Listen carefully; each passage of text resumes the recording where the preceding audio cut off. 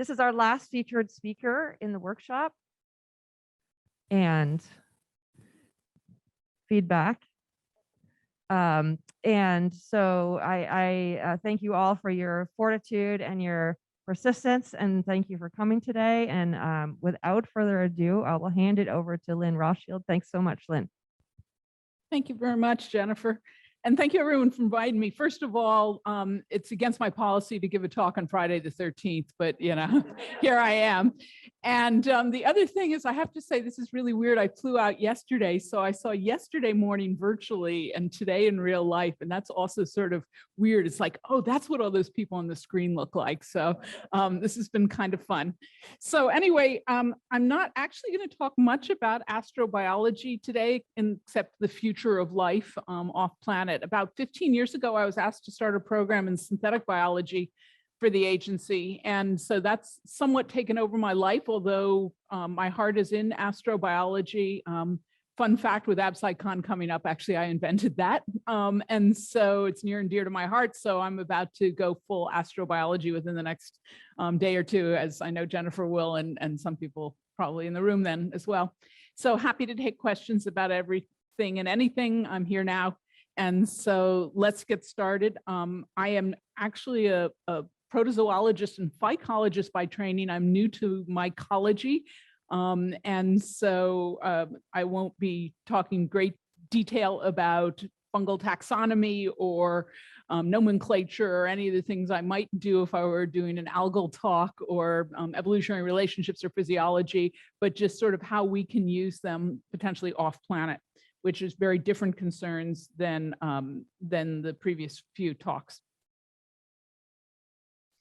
So as you go forth from planet Earth, we have a lot of different concerns. Here's a picture of where I work when we're not shut down. So this is right outside the gate at NASA Ames. The building I work in is just beyond that one-way sign. You can't really see it from here, but the outside looks pockmarked because it was built during the Apollo era. So the surface of the building is supposed to look like the moon.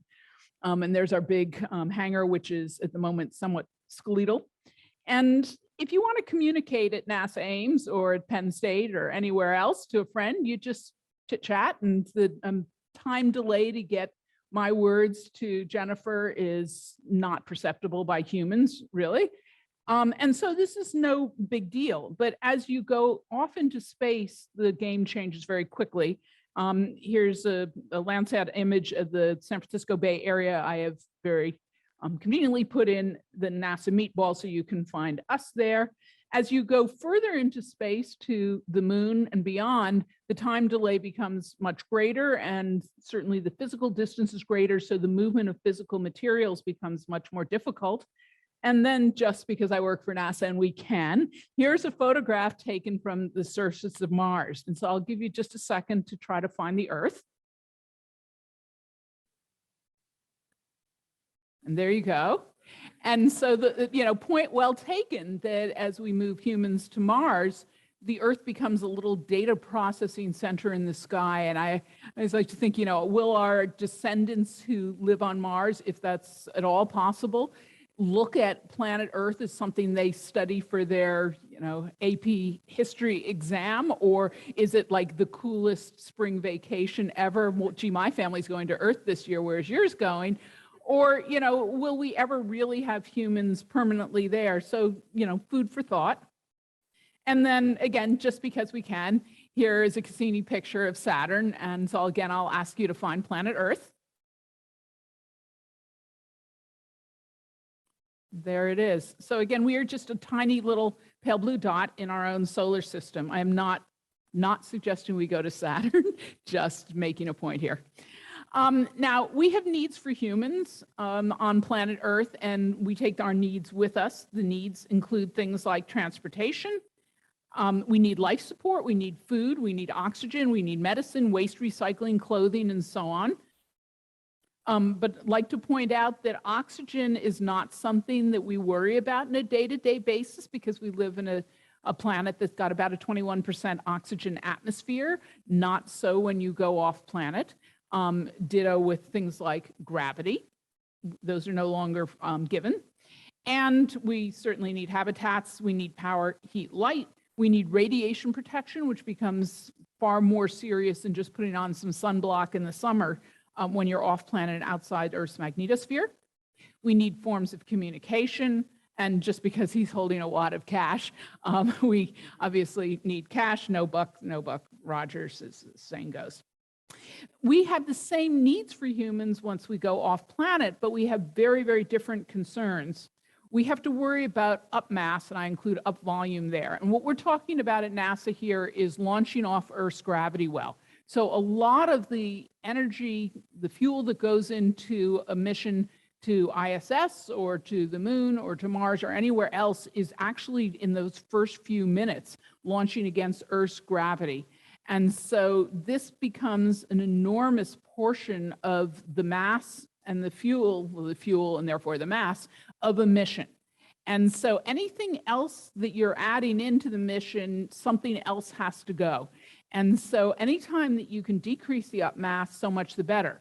So I like to say that there's probably a lot of you in the room, if not all of you, who have big, heavy equipment in your lab. And when you buy something like a spectrophotometer, you don't think, oh gosh, that's 250 pounds. You have a spectrophotometer that's 225.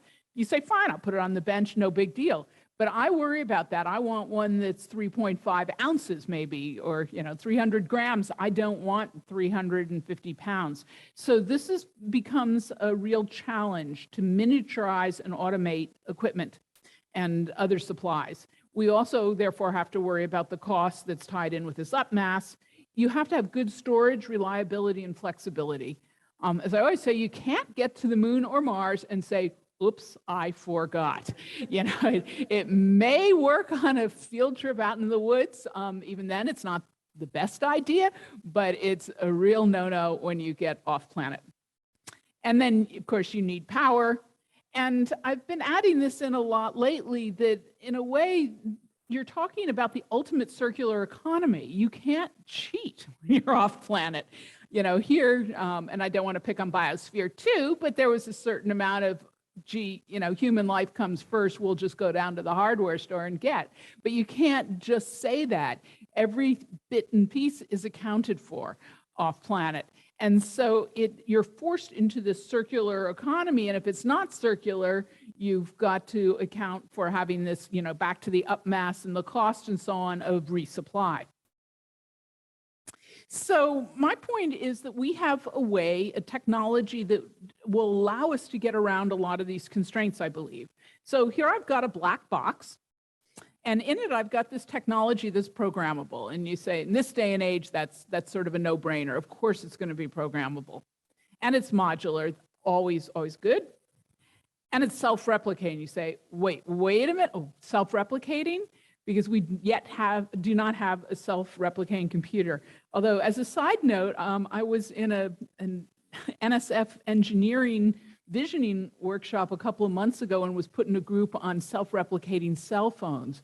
And the more I thought about it, it's like, do we really want self-replicating cell phones? I think we really want is self-upgradable cell phones. I mean, imagine your entire closet full of 2005 cell phones. You really don't want them in the back replicating. But anyway, that is a total aside here, because this is before lunch. And you want something that's self-repairing. And, again, cell phones that were self-repairing, that would actually be a game changer. And then, just by the way, this technology's got all these other capabilities too, of being able to be dormant, and you don't need electrochemical inputs, and you don't need petrochemical inputs, and they're evolvable, and there are more than 10 million variants. And of course, what I have just sold you in this box is life itself. So when you start thinking of life as a technology, oh my goodness, it is so much better than a lot of what we create. And I've gotten to the point that I like to tell technologists who want to see an on-off switch, and most of them at NASA do want to see an on-off switch. My cell phone's down there, but I'll pick up my computer. This is rated for, a couple of years, cell phones even less. This here, my leg, is rated for about 100 years. Which technology is the better technology? So just because it doesn't have an on-off switch, and believe me, my mother used to look for my off switch all the time, as you can tell. It's gonna roll today.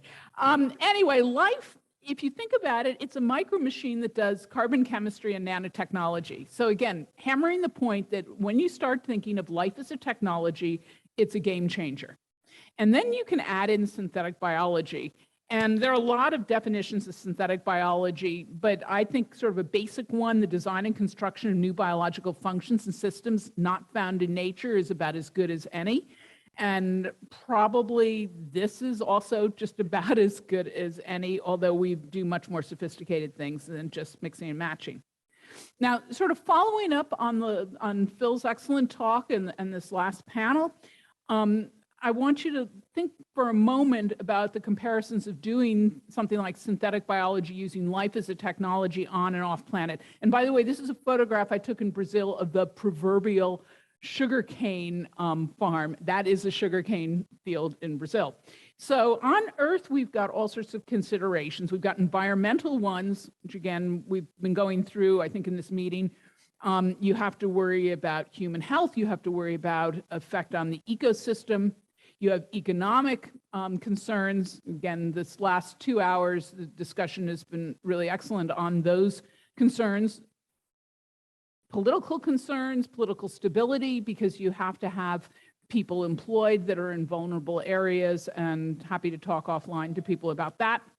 And then, of course, the philosophical issues, the question, should we tamper with life? And honestly, the bottom line is that as humans, we've been doing this for about 15,000 or so years. We just have been calling it breeding rather than targeted changes.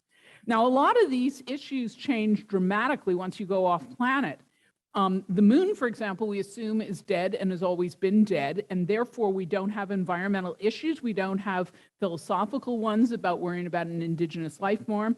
The economic issue now becomes this upmass one, and obviously we don't have a political one because there are no other humans there. So a lot of things can be done on the moon, but we don't have that environmental infrastructure of having oxygen and gravity and so on. Well, it's a sixth of the Earth's gravity. Mars is a different story because there's the possibility there that there was life or even potentially extant life. And so therefore we have very strict planetary protection protocols in place. And this flows down from the United Nations Committee on Space Research. And so there are agreements out there on what the signatory countries can do on these different places. And so we do need to worry. We don't want an organism to escape. In my astrobiology hat, the greatest discovery ever for a biologist would be if there is a second genesis of life so that we could do comparative biology. But if we have life forms from Earth escaping all over the planet and we find something, we don't know if it's an indigenous life form or if it's us and we just contaminated the planet, that would be an enormous scientific tragedy. And so there are protocols in place, and so we do have to be very concerned with that as we talk about taking life as a technology or life in general to Mars. And again, we've got the upmass, but we don't have the political issues right now. We don't. In spite of what you may have heard from 150 years ago, we do not have Martian civilizations that we need to worry about. So when I started to develop this program, I was sent back and forth to various 3- and 4-letter agencies in Washington, and including the NASA Advisory Committee, the NAC. And I just like to point out, so I presented some of these ideas as we were getting started, and I was put in front of actually the Aeronautics Committee.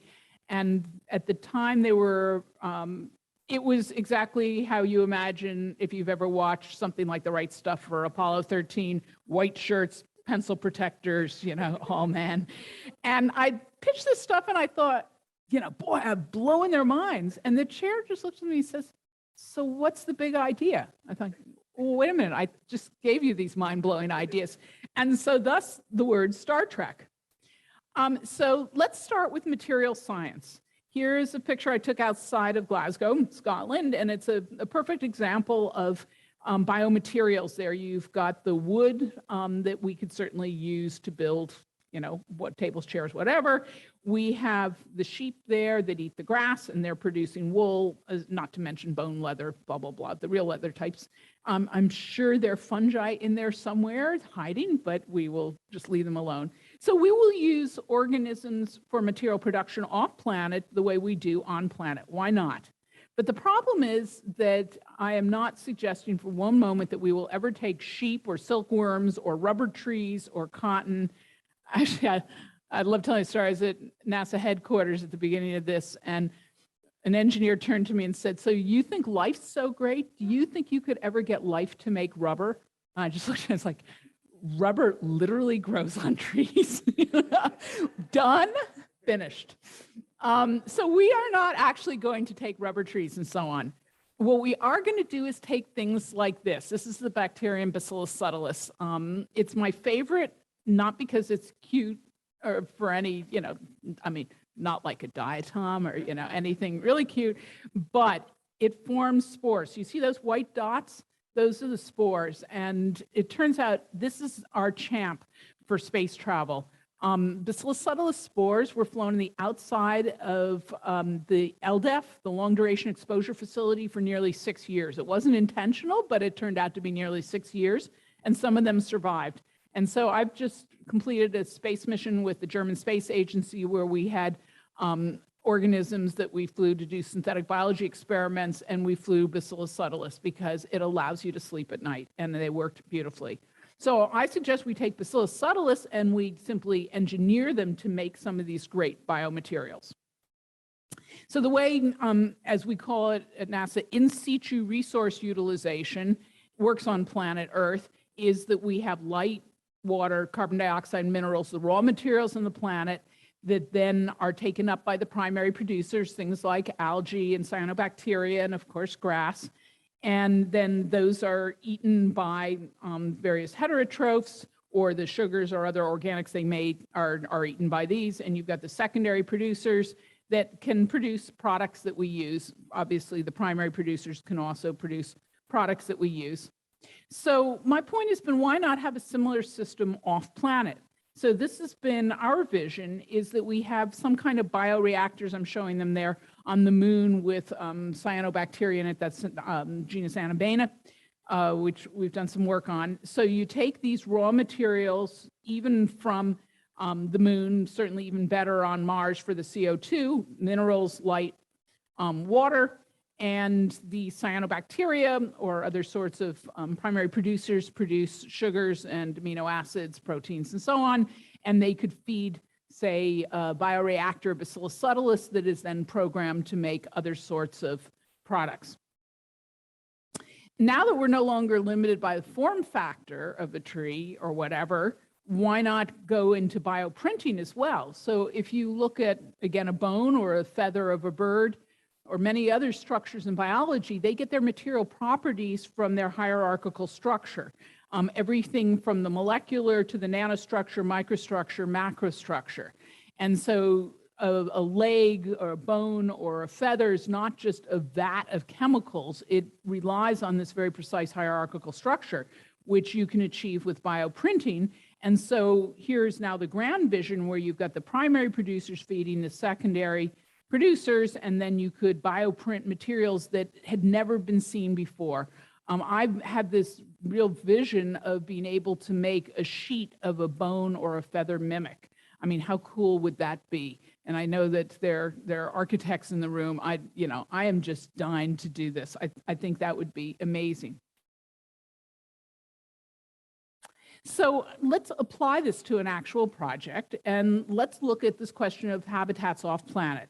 So here's Apollo, and the lunar modules were amazing. Don't get me wrong. I don't know if anyone else in the room was alive during the Apollo missions. I will be blunt. I was a kid when Neil Armstrong and Buzz Aldrin first stepped on the moon and stayed up all night watching. It was unbelievably amazing. But the fact is that they had to live on the surface in this really small habitat. Now, if you're the first person or the second person or even the 10th person to set foot on the moon, you can live in just about anything for 36 hours or, probably even a few days if you needed to. But I did a calculation, and the internal volume, the volume that the astronauts had to live in on these lunar modules were about the volume if you took a C block cell in Alcatraz and it was only 5 feet high. And even if you've never been to Alcatraz, surely you've heard the rumors. These are not luxury quarters. So imagine how tiny this volume was that the astronauts had to live in when they were on the surface of the moon. Now, when you go forward from to a long duration or more permanent settlement on the moon, and certainly Mars, you just can't expect people to operate in a very tiny habitat like that. In fact, the nominal mission for Mars talks about a habitat that's 29,000 kilograms. So this is huge upmass. Now, we ask, is there a better way? Some people have talked about robotic construction of either regolith, that's that surface material, or ice houses. Now you're going to have to take up the robot and do that and so on. And there's certainly interesting parts to those projects, but we asked if there's a better way. And again, I know that there are people who have far more architectural experience here.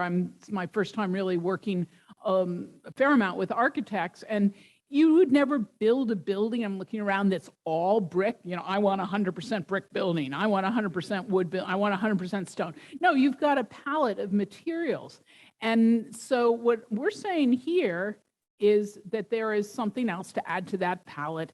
And you obviously were waiting for a slide like this, and you know very well that they're fruiting bodies and some of the cereomycetes, and you've got the mycelium beneath the surface, and so I don't need to tell you about that. So what I would like to do is take just a second and play a great video that Chris Maurer, who is the principal architect at Red House and works with us, put together. Let's see if this will actually now play, hopefully. In the near future, shortly after an unmanned mission lands on Mars, a hermetically sealed bag is delivered that contains microbes and spores.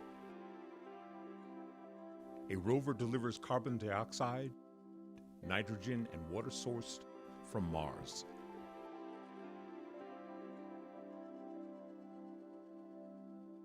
The form fills with air and water, and the embedded algae grow.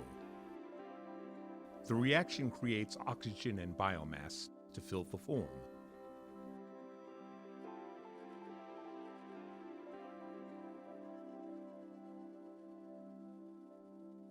Fungi are released, which bind with the dried algal biomass to create a strong composite.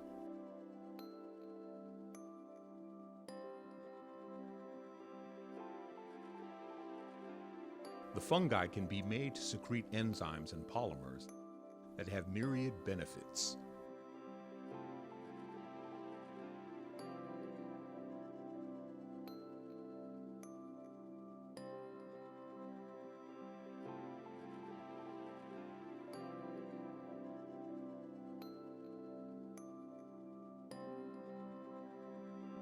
Now, obviously, oops. There is some art, oops, now we're getting there we go. That there's some artistic license. Obviously, I'm not expecting astronauts to be walking around in skirts carrying handbags. But this was our vision when Chris first and I first met a few years ago. And both of us had independently had this idea of trying to use mycotecture off planet. And so we joined forces. We applied for what's called a NIAC, a NASA Innovative Advanced Concepts Phase 1, and which we were awarded. And the project's now growing. After 3 tries, we finally got a Phase 2, which is a good deal more money. And so we're at not even quite the halfway point, maybe the third of the way through the Phase 2. And so I'm going to take the next, bulk of the talk to tell you where we are at this. Now, why mycotecture?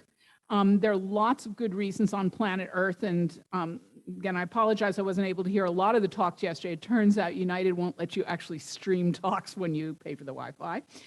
But I think you're aware of these, and I'm sure they were discussed yesterday. Well, many of these attributes also apply off-planet, and then we need to start looking at the alternatives, the idea of using a compressed regolith, a sintered basalt, the sulfur concrete, lunar regolith, ice houses, and these are all things that have, again, been suggested.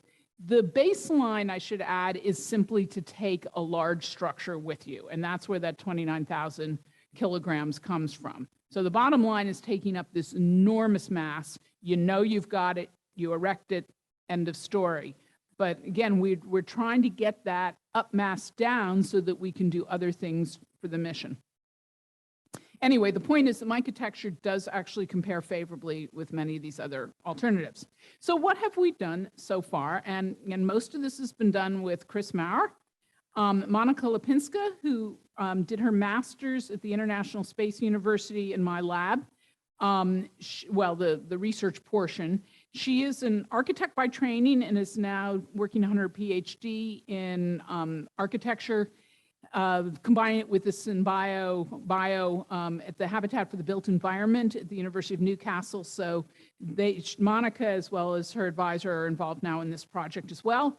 And the early work was done by the 2018 Stanford Brown RISD iGEM team in my lab.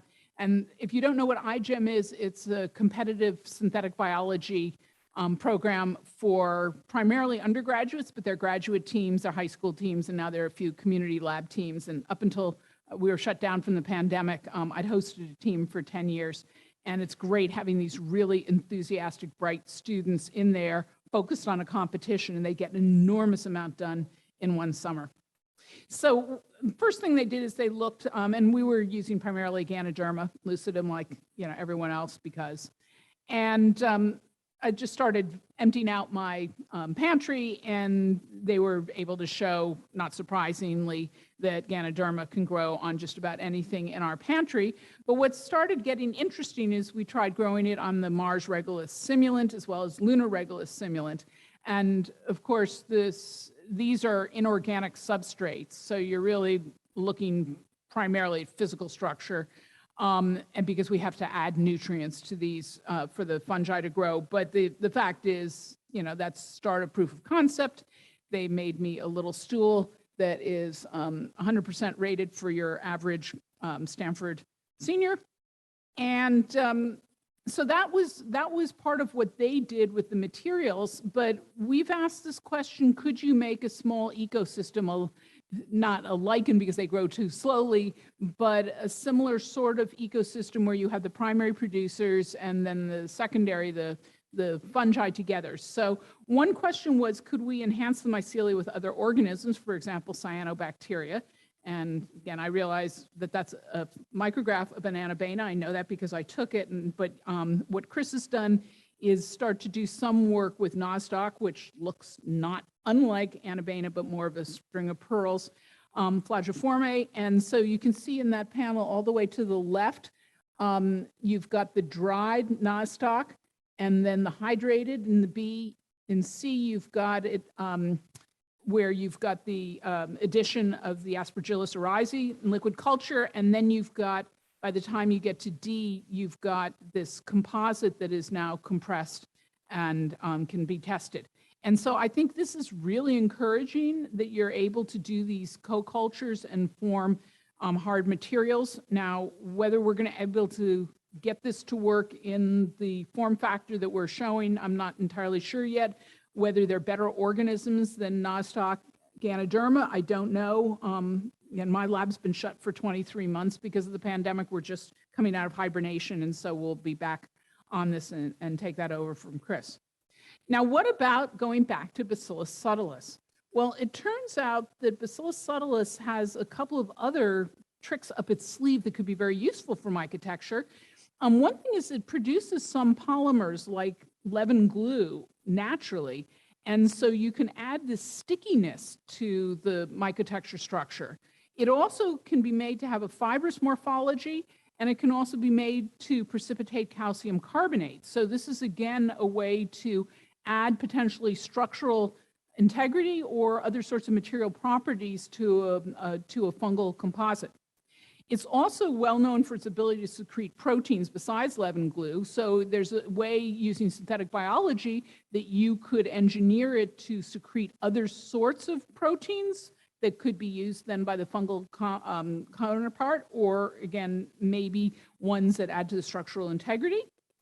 Maybe you could engineer these for melanin production. I'm sure everyone in the room knows what melanin is. It's the dark pigment that we, as well as many other organisms on planet Earth, use to protect ourselves from ultraviolet radiation.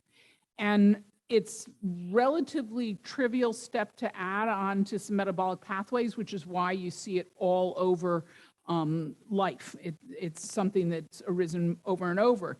Now, there's also some thought that melanin can protect from ionizing radiation. I am not 100% sure about that, but interesting question, but we certainly know it does protect from the UV. And so it might be an interesting thing to add in to engineer the bacillus, which is a little bit easier than engineering the fungal part, although that's also doable as well. And we love the idea of potentially engineering the bacillus for sensing capabilities. How cool would it be if there was a leak in oxygen, for example, the oxygen level went down and the walls of this building change color? Or it gets too cold, or the pressure drops, or whatever. Now, it may take too long on that sort of large scale. I'm starting to think maybe you have little tiny, maybe quarter-size embedded sections in the wall where you have the built-in biosensors. But again, how cool is that vision? And certainly, technically, it's doable. It's just a matter of whether it's a quick enough readout for humans to do something about it. We also looked a little bit more into this potential of fungal glues. And so what the iGEMers did was make a couple of what they thought would be good glues, like amyloids, the sticky stuff that's often associated with prions, making chitin binding domains. Of course, chitin is found in the cell wall of fungi. And so you can make a peptide, a short part of a protein that binds very specifically to chitin. It's not showing it here, but we've done a lot with cellulose binding domains. And so that was sort of the control. You combine two pieces of cardboard together with a cellulose binding domain on one end and cellulose on the other, or we could have a specific glue with two chitin ends or chitin cellulose. So anyway, that was really interesting. And then we used Elmer's glue as the ultimate control, and they did a couple of other things. But in the end, the chitin binding domains were almost as good as Elmer's glue, but Elmer's glue actually was the best. But you're now dealing with all sorts of outgassing problems if you take them off planet and so on. So I'm not suggesting you start with Elmer's glue, but I think that this is kind of an encouraging way to go, using biological methods to increase for the ability to glue together. So think about it. You could then start to talk about gluing bricks, or as I was suggesting in the previous slide, having differences in the structural integrity by producing chitin binding domains that are secreted maybe from the bacillus, which doesn't have the chitin. Chris has been involved with some of the MISSI experiments, the materials in the International Space Station, and these are very cool. There have been a lot of just materials, but some biological samples sent up. Here is a photograph taken of the MISSI 3 tray, where they're now up to, I think, MISSI 7 or 8, something. And so some of the mycotecture samples that Chris made have been flown on MISSI, and they're now working on evaluating what happened to the structural properties and so on once you go up there. And I believe some of those samples also had melanin in them. As I alluded to, I'm not convinced that melanin is going to help all that much with radiation protection. For the hard radiation, we know that protons are really good at that. And so in a very simple-minded way, I thought, well, what in an organism has a high density of protons? I thought the obvious thing is saturated fat. And so here's Mucor circinelloides, and here's a phase contrast microscope and a micrograph. And here's one that is stained with Nile red that I did, and you can really see the lipid accumulation. So Nile red stains lipids. And I always say that, to me, Mucor is like the sumo wrestler of fungi. It is fat, fat. And so if I'm right that fat, actually, that saturated lipids or even slightly unsaturated lipids are good for radiation protection, putting some of this in your mycotecture might be really interesting. Of course, there is work on this as a potential source for oils and so on. And one of the strains in Mucor I found out last night was it was able to show 52% lipid accumulation weight to weight. So that's huge, huge amount of lipids. So again, if my idea that lipids are going to help protect you is right, here is your man. So how do we actually build these structures? It's got to be very different than what we do on planet Earth, although Chris has been heavily involved in a project, well, actually it's his project, building refugee shelters in Namibia. And there's a lot of overlap between the two, which is kind of interesting. And so what we decided to do was, rather than trying to make individual bricks and building them, is to have some kind of inflatable structure. Because we started this project, actually phase 1 was focusing on Mars, so we had the planetary protection requirements. Phase 2 is focusing more on the moon, but we had then thought, well, we're going to have this double bag because of planetary protection requirements, but we also have to because the atmospheric pressure, comma, none, or, it's basically, think of it as a, almost gas-free. Mars has got an atmosphere, but it's just a very tiny fraction of what we have on planet Earth. And so you're going to need the pressure, and you need to have these constrained, if nothing else, you don't get liquid water at the temperature and pressure combinations you get on the moon or Mars. And so we've got this double bag scenario for many reasons. And I'd always sort of pictured it like one of those children's, pop-up tents that they jump on. Anyway, that's pretty much what they've created for me. And so we've brought in Moonprint Solutions, mostly Dave Cadigan, who's the president of it, and they have a lot of expertise in building inflatables for off-planet use. And so they have actually just finished making this for us. I mean, this picture was taken, I think, last week, and it was sent to Cleveland last Friday. So, I mean, this is hot off the press. And so this is what happened when it went to Chris. He made this great video showing how it could be deployed and then packed back up again. So you could also have a little mobile habitat. Now, the idea is once it's inflated, then we activate the fungi and bacteria or cyanobacteria. I realized that video he showed you earlier were stock photos, and it looked to me like a euglena or something. We're not talking about having mobile algae, but we're talking probably something that's more filamentous, but again, not entirely sure.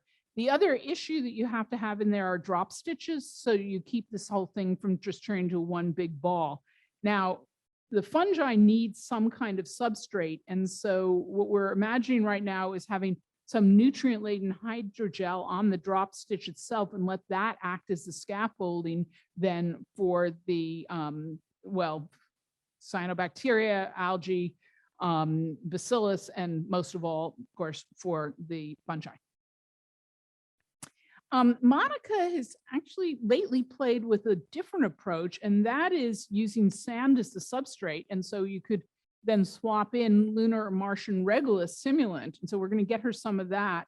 But you can see here, you've got the fungi growing on the outside. And both Phil and I were at the fungal genetics meetings at Silomar a couple of months ago, and there was someone else who had done some of that work in the Netherlands. And my recollection was that he showed that if you actually have the fungi growing in from the outside, you have a stronger structure than if you mix the whole thing like concrete first, which should make the whole production bit easier. So anyway, Monica's been working with that and is starting to get physical measurements. She's also playing a little bit with the idea of interlocking bricks, which could be very cool. So again, I don't believe that there's one solution to building off planet, just like there isn't on planet. But you could imagine having these interlocking bricks helping to provide rigidity or maybe protection from windstorms once you've already quickly made your fungal habitat, and then maybe you have the time to do the sintering, or maybe you get away from the sintering because you don't want that kind of large robot and heat issues. So we're now, I believe, adding many more options to this building palette. Now, NASA wants to see that you can start to move towards environments off planet, and the MISSY experiments, again, were exactly what you need. Being able to test these things outside of ISS, going to the moon would be that much better, and yes, working on it. But sort of the next best thing is that there is a really great planetary simulator that is at McMaster University in Canada. And they very kindly have agreed to be part of this project too and run some simulations. And so they do have setups for the temperature, the atmospheric pressure, the gas composition, the radiation, and so on. It's pretty tiny, the actual volume. So we're going to no doubt have to run more than one, but very cool. And so that starts to give you an idea whether this makes any sense. And that includes actually making some small samples of these biocomposites and putting them in and seeing if the material properties are the same once they've been exposed to the conditions that you would expect on the moon or Mars. Because if it turns out they disintegrate or they become weaker in some way, we need to know that now. Of course, there's always a chance they'll be stronger.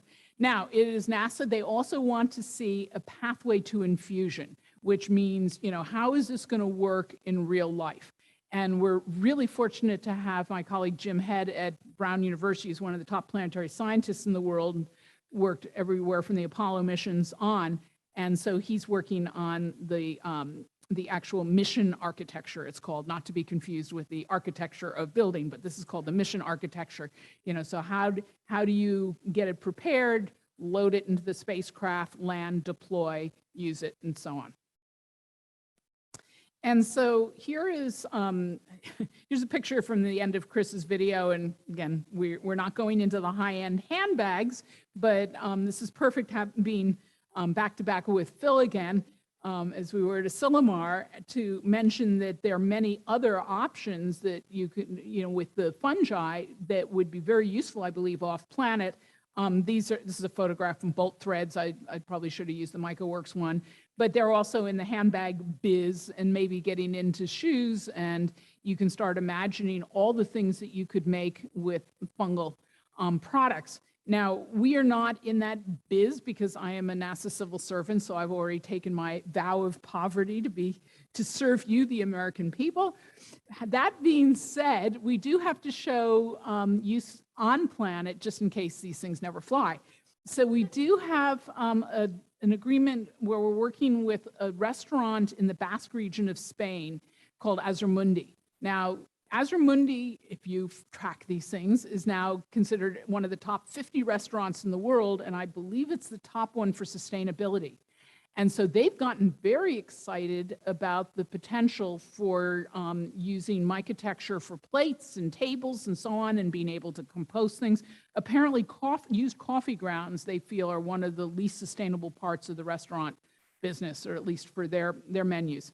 And so I know Chris is starting to make tables and so on. There are people at the Culinary Institute in the Basque region are starting to make spoons and bowls using the used coffee grounds. I happen to be a tea drinker, so of course I raise my hand and object every time I see a coffee ground bowl, but hopefully there'll be tea bag bowls too, or, you know, whatever. Anyway, it's really exciting. And so Chef Atsko now is going to have a whole sort of Mycotecture table part of the outdoor dining experience. And so I am really, really psyched because it gives us a chance to try all these things that a NASA scientist wouldn't normally get to try. So that's the main fungal bit, but what I'm going to do is sort of finish up and show you a couple of other ways that we've ended up incorporating fungal products and Mycotecture into our vision for going off planet. So if we go back to what I was talking about before, this vision and these big ideas off planet, another one is this idea that we're sending digital information to make DNA. So basically the coding information. So up till now in the history of life on Earth, you've had to have a physical connection from one generation to another. But you no longer need that because you can now print DNA and put that coding material into a cell. And so the point is, it doesn't matter if your DNA synthesis machine is on the other side of the campus or on a different planet. You have broken that physical connection. So that's a huge, huge potential. Another big idea is that biology does chemistry on the planet Earth. Why not beyond? a picture I took in a restaurant in Japan with the sake and the soy sauce and so on. But there's a, there's a California version of the same slide.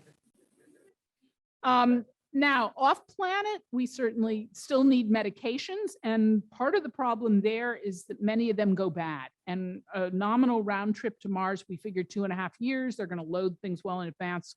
And particularly as we move into the era of biologics, which are protein-based pharmaceuticals that only have a shelf life of about 6 months, it doesn't matter what the mouse is. They're not going to last. And so actually, I have another NIAC. I've had 5 NIACs. Developing an astropharmacy. So we're programming Bacillus subtilis to produce drugs, and we're going for a form factor of about the size of a credit card.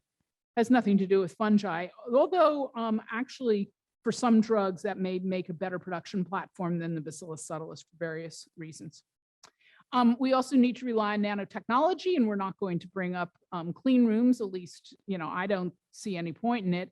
And Simon Vecchione has been working with me off and on. Well, I'm mostly on since 2013. He's now a postdoc at NYU, has been pursuing this really cool idea, lots of publications at this point, that DNA, if you have 2 cytosine residues across from each other, so a mismatch, actually incorporates silver, which then allows you to make a wire, one, as it turns out from this latest NMR image, 3 atoms in thickness. And he's now started to develop DNA origami with the silver incorporated.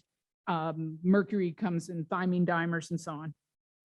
We can generate and store electricity. Now, here's a picture of an electric eel, but everyone in this room is eating in order to generate electrical energy, among other things. I mean, that's one, but that's, sort of the primary reason we're eating is to keep our biochemistry going. And part of it is the electrical stimulus. If you are not doing this, you are no longer thinking and, have an active brain. So that's how we know for a fact that you're all doing this. Another thing is that we're going to biomine. Now, metals are, obviously a lot of up mass, and there's plenty of that off planet. It's, you can't find a field of wheat, but by golly, you can find metals.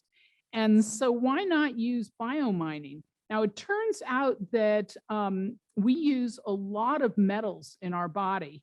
I think I took out the next slide. But when I say we in humans, and I took it out, but people ask me which metals do we use, and I say, look at the back of a vitamin bottle. I usually, at this point, show you a picture of a vitamin bottle, but you can go to the grocery store or drugstore and find one. But if you look at we as all life on Earth, we have a lot of enzymes and other sorts of biological molecules that have evolved to very specifically bind to metals. And we're able to produce even more with the production of things like aptamers. So we now are able to bind metals with exquisite precision. So what do you do with that fact? Well, we had proposed the idea of having bacteria express these metal binding peptides in their flagella, these little tails that they use. And I had a grad student, Santa Cruz, Jessica Urbina, who was going that direction. But the next question was always, well, then how are you going to get the metals back and so on? And we started work, and we had a NIAC to get going on this, which I don't have time to talk about today. But suffice it to say, a student, when we were doing the Mycotecture, and the iGEM team, it was probably Advite, came in and said, I just read a book, and did you know that fungi can bind metals? And his mouth kept moving, but that's all I heard was fungi bind metals. It was like, bingo, we put the 2 projects together. And so that's exactly what we did. We made, well, that's how Advite spent the rest of his summer. And he had just turned 18 in that summer in August and got his name on a patent in a paper. And he's been amazing. Anyway, made peptides that bind on one end to the chitin in the fungi, and the other end in the test case we used was copper. And so we're able to make a fungal-based filter. And we have a patent that's been in the patent office since 2020. They're apparently dealing with a backlog, so hopefully we'll get that soon. And we have lots of ideas on how to extend this idea. So using fungi as the substrate for biomining which we think is kind of cool. So here are some of the ideas that I pitched to you today. I didn't mention the Life 1.5 or 2.0, but why not, do lots of things with organisms, make them more resistant to radiation, et cetera, or make organisms from scratch. And all of these are loosely in that subject of, area of exploration that's a major one for NASA. But the first A in NASA is aeronautics. And we can think of ways that synthetic biology, including fungal work, could be added, whether you're talking about green aviation, biofuels. I just showed you that incredibly fat fungus, mucor. I don't know if the lipids have ever been used for aviation, but be interesting to follow through. But certainly novel materials in biomimetics, sustainable engineering fits in here with green aviation. And just like Phil was talking earlier about having drop-in technologies for the myco leather, I know we're not supposed to use the word leather, but you know what I'm talking about. Airplanes are expensive creatures. And so they really want drop-in fuels. They don't want to have to build a whole new aircraft. So if you can come up with something that's drop-in, that's huge. And there have been now flights, including I think a transatlantic flight, done with biofuels. But why not use fungal products for some of the other parts of planes? I go on planes frequently, like yesterday, and I start to look around and there are all these panels. What's behind the panels? Maybe it could be mycotecture. It cuts down on the potential for fires, and there's lightweight and compostable and so on. Well, anyway, it turns out that one of the iGEM projects that we did in 2014, I had challenged the students to make a biodegradable drone, or in polite company we say UAS, uncrewed aerial system. And one of the students was aware of Ecovative, which I'm sure all of you are aware of in upstate New York. And so he had contacted them about making us the body of a drone. He sent CAD drawings, and they were really sweet and nice about doing this. And then there were various other parts to this project, which I don't think I show. But anyway, be that as it may, that was not the main part that they were competing on, but it was nice. And we had this nice little fungal drone. And I will be very blunt, they did not do as well in the competition that year as I would have liked.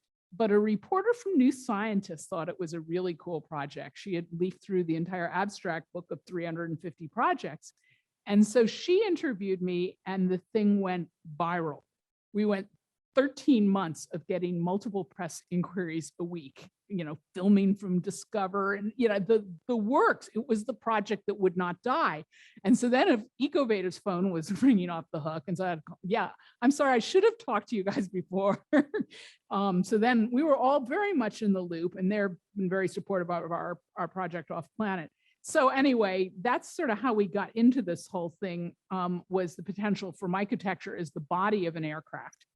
And then finally, we're very interested in NASA. Of course, it's science, whether it's using space to look back at planet Earth, to look at anything from climate change to phytoplankton distributions and so on, but also to go out and look beyond Earth. And that's where most of the astrobiology comes in.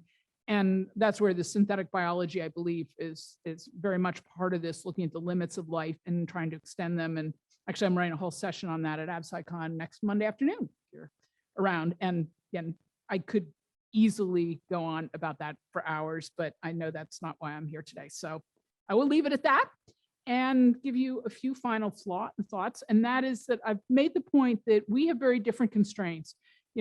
Phil in the prior panel was talking a lot about the issues of scale up and the financial problems, and where you're going to locate your plant, and is there a market, and so on. We don't have a lot of those same issues. We don't want to scale up. You're only talking about probably 6 astronauts in these initial missions. We don't need to scale up. What we do need to do is have the reduced mass, and the storage, the reliability, the flexibility, and so on. And so since we've got very different constraints, and by the way, there's no indigenous petrochemical industry, there's no stock market off planet, we don't need to worry about any of those sorts of things. We have very different things. We can start from scratch, and I believe that these constraints actually unleash creativity. They don't squelch it. And it means that we're going to have to come up with game-changing solutions because we have no choice. We can't just go on the way we are, which you could make an argument that in many industries on planet Earth, there's really no reason to change. But I believe that once we make these game-changing leaps, we will be able to take these back to planet Earth as slightly more mature technologies. And so as we say at NASA, ad astra to the stars. And again, thank you very much for inviting me and being so patient before lunch.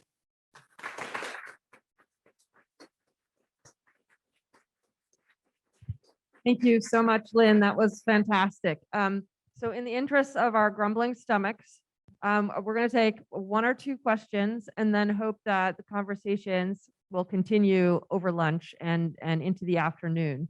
So is there a burning question or an even not burning question? Everyone's stunned or starving.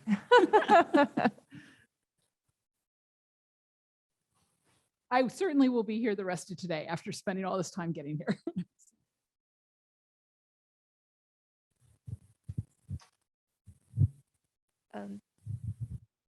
Okay. Thank you so much for an amazing presentation. I think, you talked about a lot of things, not just mycelium and mycotecture. My question is, I knew this work before. I also follow Chris's works with both for mycotecture out off planet, but also in Namibia. So the question is about the prototype that is inflating. Where does mycelium come into play? Like, how I understand that mycelium will grow inside those inflatable structures, but then what is the role of mycelium in terms of structures? Oh, okay. What does it contribute to? Right, because then you've got a solidified structure. Because think about it, off planet, you're going to have micrometeorites, you've got wind, you've got all sorts of assaults, not to mention the ultraviolet radiation, ionizing radiation. So the inflatable's fine to get started, but I don't think it's a permanent solution. And so the mycotecture fills that void and then creates the hard, structure. Now, the other way you could think about it is the plastic just provides a little environment for the mycotecture to grow in, which is how I thought of it originally. But yeah, you really need some kind of solid structure. Can I follow up with that? Of course. Okay. So, but based on our experiences working with growing, cultivating our own mycelium-based composites, these materials don't really grow like plants. They colonize an already existing structure an already existing solid mass or liquid. So those inflatables cannot be empty for mycelium to grow and colonize into a solid form.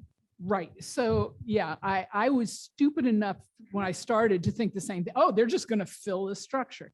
And then you realize what most people really are talking about is using them as a glue.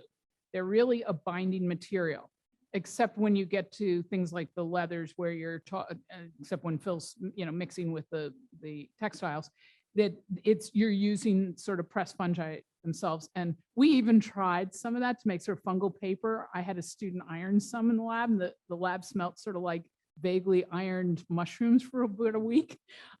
Doesn't work that easily. But anyway, there's potential there. And then I realized that we were sort of doing something in between where it wasn't just for the binding and it wasn't just by themselves. It's somewhere sort of in between. But you're right, they can't just fill a void. And Monica, immediately came in and she started building some incredible scaffolding structures that, so in a way you can think of it as imitation wood chips, because we don't have wood chips or garden scraps, any carbon-based thing. Yeah, we could put in some human waste, but then you can't use that organics for something else. So what we've started focusing on, which I mentioned earlier, but probably way too quickly, is that we were going to build a very lightweight collapsible scaffolding, which you can even print. We printed them with Forma printers.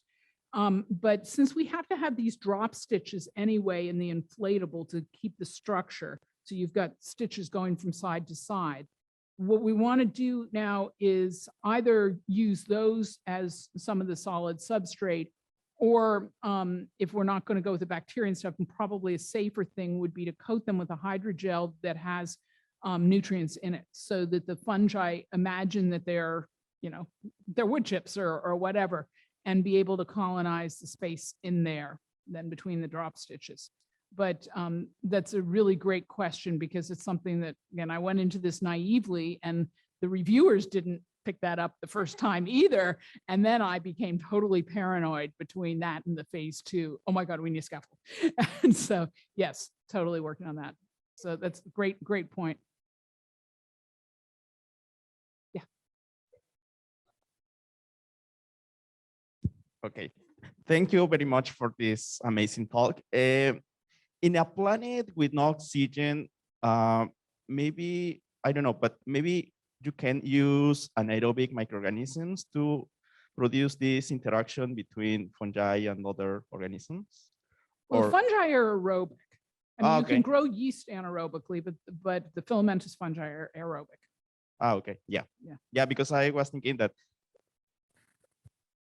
how do you choose what microorganisms are good in the interaction with fungi? But Which microorganisms? So I would love, there's more on Mars, so I'd like to think about that.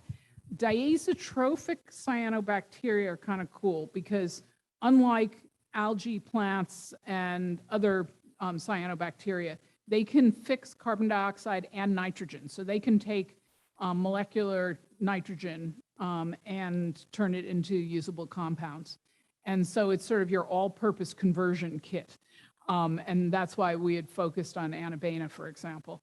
And their filamentous, those particular ones are, not all diazotrophic ones are. So that's why we were focusing on those, because and these also form aconites, which is a resting spore for a cyanobacterium. Although that being said, we had a lot of trouble producing them on demand.